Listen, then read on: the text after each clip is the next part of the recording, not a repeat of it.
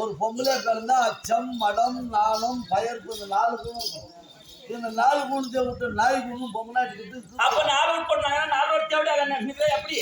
நடுவாளிக்கு சொல்ல வீட்டில் மட்டும் படுத்தா போதும்.